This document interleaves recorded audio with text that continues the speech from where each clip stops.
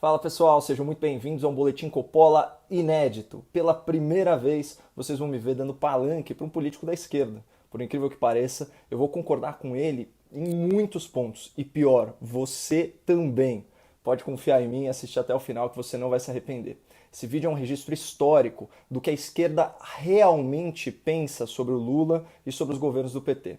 E se você concorda que o maior risco para a democracia brasileira é justamente a volta do lulopetismo em 2022, eu preciso da sua ajuda para fazer esse conteúdo furar a bolha e chegar para quem não pensa como a gente. Por isso, eu te peço duas coisas. Primeira, pause esse vídeo e compartilhe.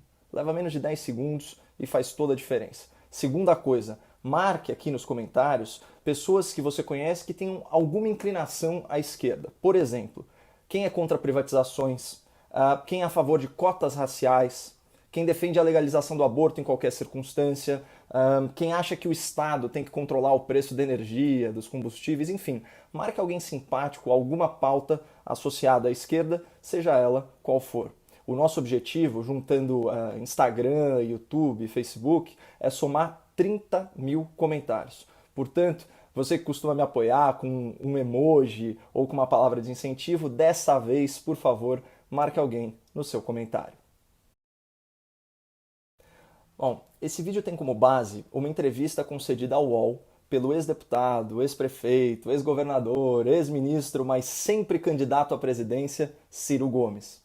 Com todos os seus defeitos e os seus predicados, ele tem a preferência aí de uns 10% do eleitorado e é hoje a segunda maior liderança da esquerda brasileira. O Ciro só fica atrás mesmo do Lula, nosso ex-presidente e ex-condenado que voltou a ser elegível graças à caneta amiga do Supremo. Essa hierarquia também se confirma na internet. Segundo o Índice de Popularidade Digital, publicado ano passado pelo Globo, Lula ocupa o 5º lugar no ranking e Ciro o 9º lugar. E olha eu aí na 6ª posição, logo atrás do ex-corrupto. Mas sem maiores delongas, vamos ao primeiro trecho da entrevista. É razoável que a saída para o Brasil seja voltar o lulopetismo ao poder?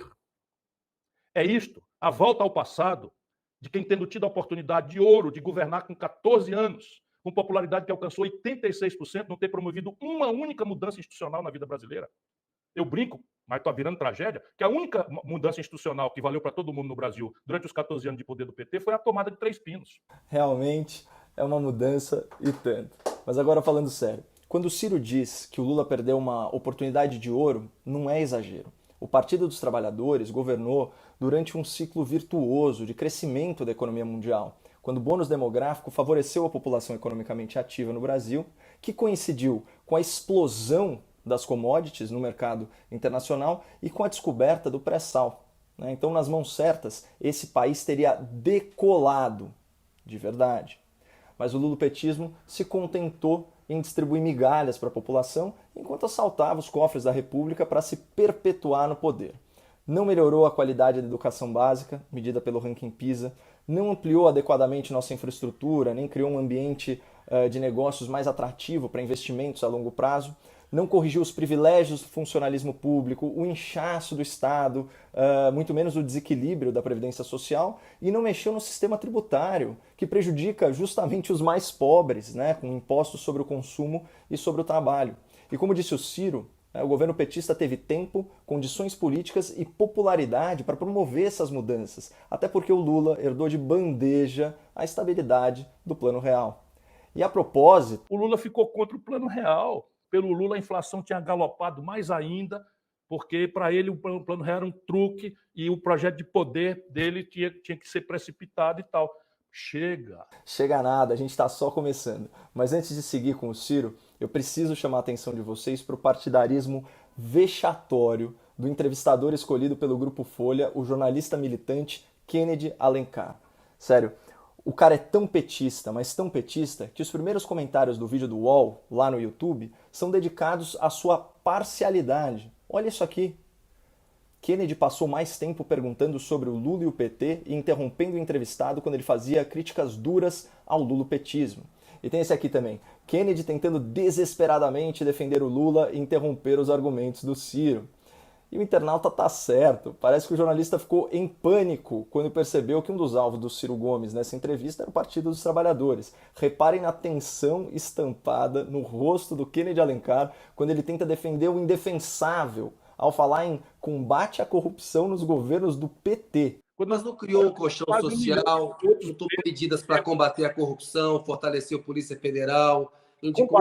Não houve avanço, só participou desse pelo amor de Deus, pelo amor de Deus. Participou da transposição do São Francisco. Olha, pelo amor de Deus, o Lula botou o Gedel Vieira Lima para administrar o projeto de transposição do São Francisco. Não fale isso, porque eu nem estou com vontade de falar isso.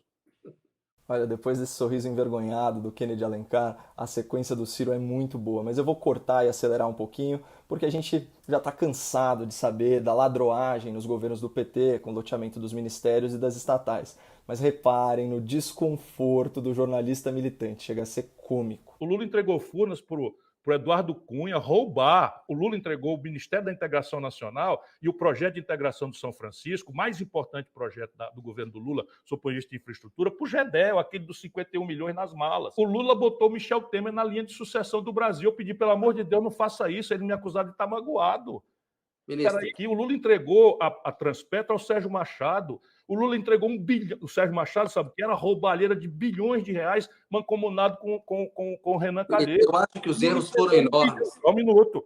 Não vamos falar disso. $1 bilhão de contratos sem licitação na Petrobras para Eunício Oliveira. Vocês perceberam essa última intervenção constrangedora do Kennedy Alencar? Eu concordo que os erros foram enormes. O nome disso não é erro, né, Kennedy? O que o Ciro descreve aqui são crimes bilionários arquitetados, viabilizados pelo governo do seu corrupto de estimação. Ou melhor, ex-corrupto, né, graças ao STF. De qualquer forma, seria melhor o Kennedy segurar um pouco a militância durante o expediente, porque até a audiência da Folha está reclamando nos comentários.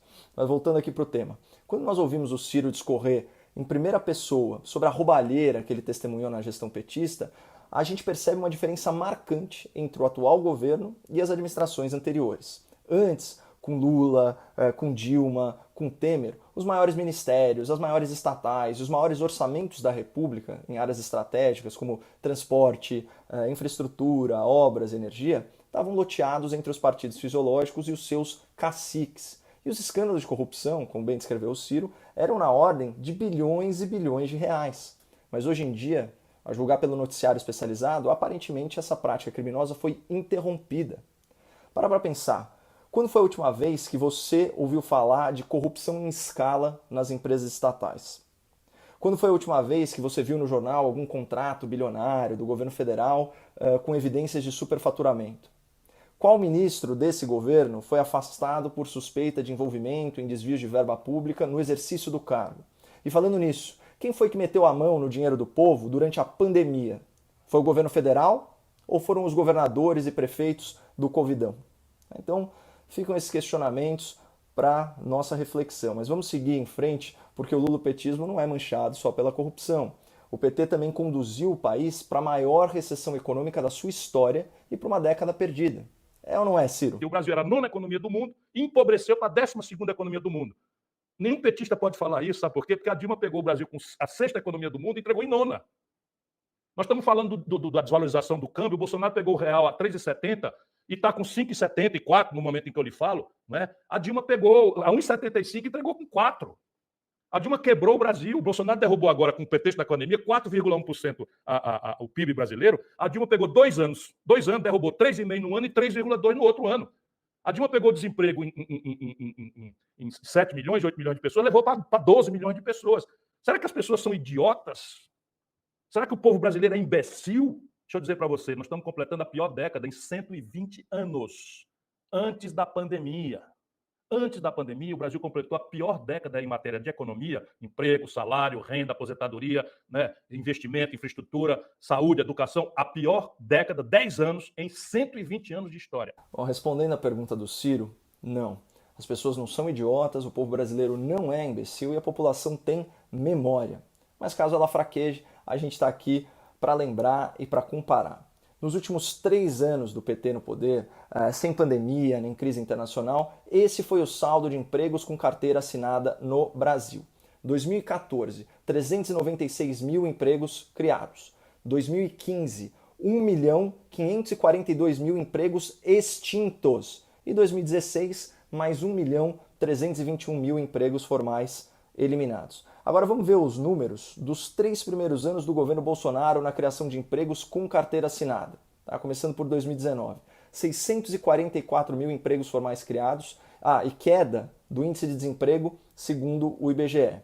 2020, chegamos em 2020, ano de pandemia e de paralisação econômica. Mesmo assim, 142 mil empregos formais criados. E 2021, contabilizando, claro, só os dados oficiais de janeiro e de fevereiro, 659 mil postos de trabalho com carteira assinada, regime CLT. Ou seja, enquanto o governo Bolsonaro, no meio de uma crise sanitária e econômica de proporções globais, já acumula aí um saldo positivo de mais de 1.446.000 empregos formais registrados, o governo lulopetista praticou um verdadeiro genocídio das carteiras de trabalho. Né? Eliminou aí do mercado mais de 2.467.000 vagas de emprego. E o PT fez isso enquanto empobrecia as pessoas, endividava as famílias e assaltava os cofres públicos. Né? Por isso que o Ciro argumenta com razão que Lula e o PT estão desmoralizados para criticar as políticas econômicas do atual governo. Porque os resultados de Paulo Guedes e Bolsonaro em termos de emprego, de juros, até de inflação, são muito melhores que os do lulopetismo. Mas agora vamos conferir o que diz o Ciro quando ele se refere diretamente ao Lula, a quem ele conhece há décadas e de quem ele já foi ministro entre 2003 e 2006. O Lula esculhambou, dizendo que não era Maria vai com as outras. Você conhece o Lula, eu conheço bem o Lula. O Lula só pensa em si. O Brasil, depois de si, só pensa no PT. Depois de pensar em si e só pensar no PT, o Brasil vem em 15º lugar nas preocupações do Lula. Para a gente encerrar esse capítulo Lula, porque tem outras coisas para a gente falar na entrevista. Você que está me perguntando. Não, mas é importante. Meu Deus, que vergonha alheia desse jornalista. Vamos continuar. No fim, eu disse para ele, Lula, não é possível. Você não pode transformar a vida brasileira, sabe, num ato de vingança pessoal. De vingança pessoal contra o povo brasileiro. Você já parou para pensar? Disse eu para ele. Vou dizer só o que eu disse. Se você não está com ódio ao povo, porque você achava talvez que merecia que o povo descesse lá em Curitiba e quebrasse tudo e lhe trouxesse de volta para o poder, primeiro e único. Eu perguntei a ele se ele não percebia o erro grave que ele cometeu transferindo a popularidade dele para uma pessoa sem nenhuma vivência política como a Dilma. Bom, nesses trechos, Lula é descrito por Ciro Gomes como uma pessoa egocêntrica, profundamente ressentida, rancorosa e vingativa e que se sentiu abandonada pela população. E faz sentido, porque o Lula não voltou ao jogo político absolvido pela justiça ou carregado aí nos braços do povo. Nada disso. Ele se tornou elegível, favorecido por decisões controversas de ministros do STF, que em sua maioria foram indicados ao cargo por ele e pelo PT. Né? Quer ver um outro ponto que também merece destaque nessa fala do Ciro? A responsabilização do Lula pela criação política da Dilma, uma figura incompetente, inexpressiva e manipulável, né?